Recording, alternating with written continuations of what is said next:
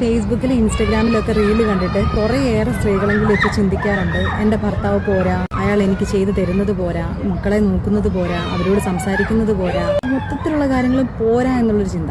ആ ഭർത്താവിന് എന്തൊരു സ്നേഹമാണ്, അവരെപ്പോഴും പുറത്തു പോകുന്നു, ഭക്ഷണം കഴിക്കുന്നു, മക്കളോട് ഭാര്യയോടൊക്കെ എന്തൊരു സ്നേഹം നല്ലതായിട്ട് പ്രകടിപ്പിക്കുന്നു എന്നൊക്കെ പറഞ്ഞിട്ട് ഒരുപാട് രീതിയിലൊക്കെ ഭാര്യമാർ ഭർത്താക്കന്മാരെ കമ്പയർ ചെയ്യാറുണ്ട്. ശരിക്കും പറഞ്ഞാൽ ഈ റീലിലൊക്കെ കാണുന്നതെന്ന് പറഞ്ഞാൽ ഒരു 30 സെക്കൻഡ് അല്ലെങ്കിൽ 1 മിനിറ്റിലുള്ള അവരുടെ ജീവിതം മാത്രമാണ്.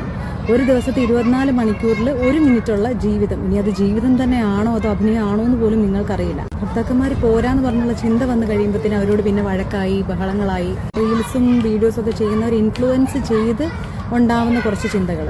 അതിൻ്റെ ഒരു പോംവഴി ഞാൻ പറഞ്ഞുതരാം. നമ്മൾ റീൽസ് കാണാം, പ്രശ്നങ്ങളില്ല. പക്ഷെ നമ്മളൊരു വീഡിയോ കണ്ടു കഴിയുമ്പോഴത്തേനും നമ്മൾ ചിന്തിക്കേണ്ടത് എൻ്റെ ഭർത്താവിൻ്റെ പോസിറ്റീവ് വശങ്ങൾ എന്തൊക്കെയാണെന്ന് നമ്മൾ ആദ്യം ചിന്തിക്കണം.